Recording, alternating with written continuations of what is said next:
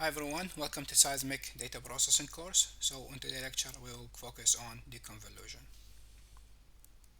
So what is the deconvolution?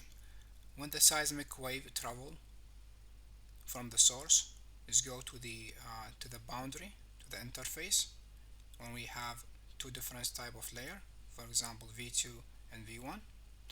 So and when this seismic is reflected back to the geophone, this is called the wavelet shape. So if you have a close layers, for example a few meters in depth, so these most of this reflection it will overlap, so the wavelength will overlap with the reflections, and this is called the convolution. So what is the deconvolution? Is the way that we use this filter to separate this overlap between the wavelet and the reflections. So also called the inverse filtering, is used to undo the effect of filtering or distortion that occur as a seismic wave travels through the Earth. The Earth acts like a filter which modifies or convolve the original seismic signal.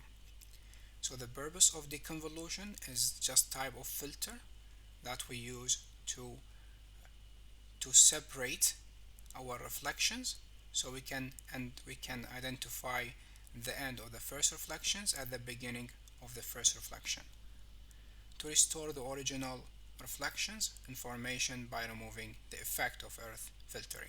Deconvolution helps to recover high frequency, attenuate multiplies like unwanted repeated reflections, equalize amplitude, balance weak and strong signal, produce a zero phase wavelength. This is a light reflected event in time, and improve the overall wavelength shape for clarity interpretation. So this is the convolution when we have two different type of layers. This is V2 minus V1. This is where the reflection is happen if you have different type of layer, and it's only happen the reflection when you have the V2 is bigger than the V1. And this is how you see on the seismic trace the outcome of convolution. This is the overlapping between the wavelength and the reflections. So this is how the overlapping the convolution is mathematically happen, because it depends on the g of t and ft. This is the input function, the source wavelength, and reflectivity function. So this is the source wavelength multiplied by reflectivity functions. And we calculate the output function. This is the seismic trace. So the seismic trace that we are seeing is depend on the source wavelength and reflectivity functions. That's why this source wavelength is multiplied by reflectivity functions, and that's why is the convolution happen, because if you have very thin layer, that means these layers are all overlapping and you are not can distinguish between them. So we use the deconvolution with D to separate them, the type of filter. This is just how the input signal, this is the input signal in here, this is the input functions, and we have the output, this is what we get, and we have the filtering. So this is how it works. This is the input signal and the operator is the filter. So first reverse the operator, this is -5 and 1, and then multiply vertical element. So we start multiply the vertical, and here we don't have, so 0 multiplied by -5, this is 0, and 1 multiplied by 1, you have 1, and this is the output 1, and then shift operate adds product, this is 0 minus 1, it will be 1, and then shift operator 1 sample to right, and then you shift, you move -1 0 1 1, one shift to the right, and then one shift to the right, one shift to the right, and multiply 1 minus 5, so you have -5, and then 0 multiplied by 1, this is 0, so 0 plus -5 plus 0, so this is -5, and also then you move one shift to the right. So this is how we calculate the output signal. The digital convolution is the same. This is the mathematical concept, and we have the digital convolution. This is the digital from the software. So it's the same principles. They have the reflectivity function, and we have the source wavelength, and we calculate the output function, and the output function will be multiply the summation of gk multiplied by fk.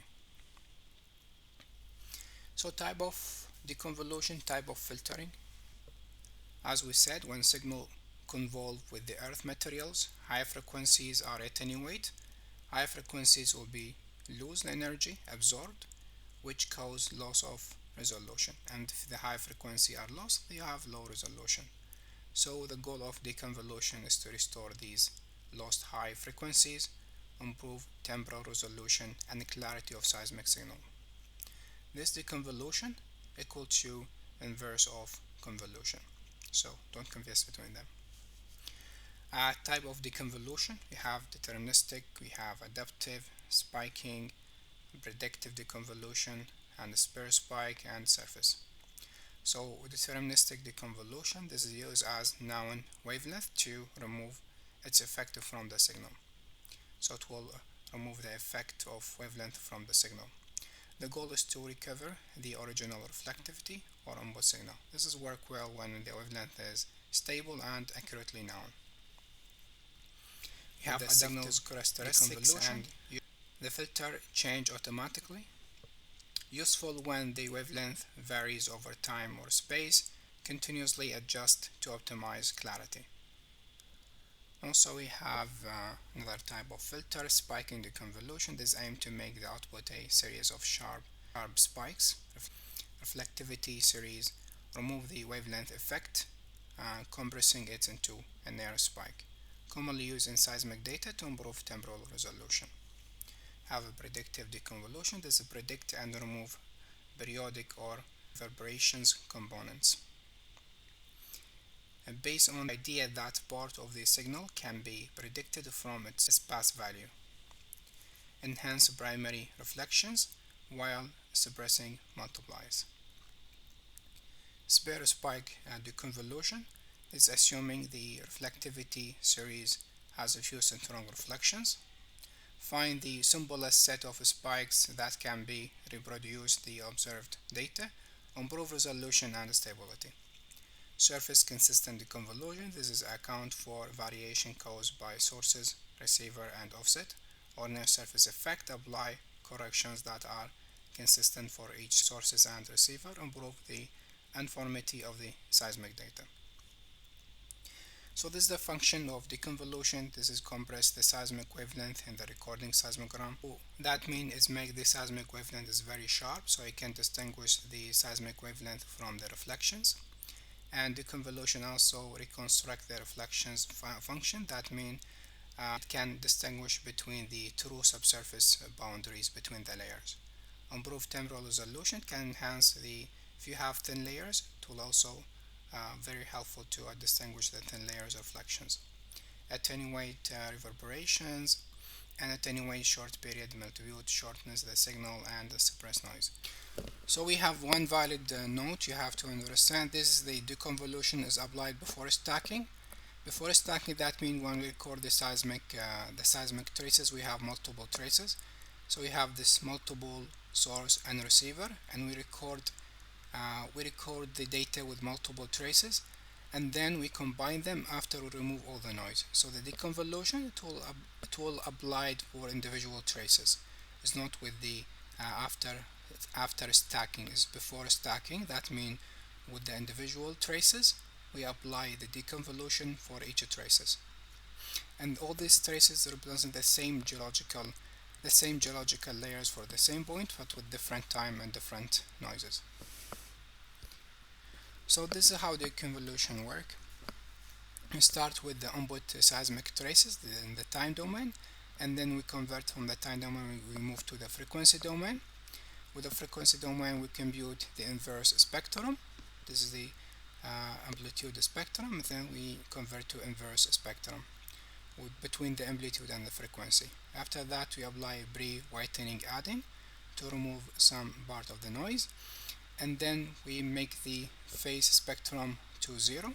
This is the set phase spectrum to 0. This makes the resulting wavelength 0 phase, meaning the reflections events align more clearly.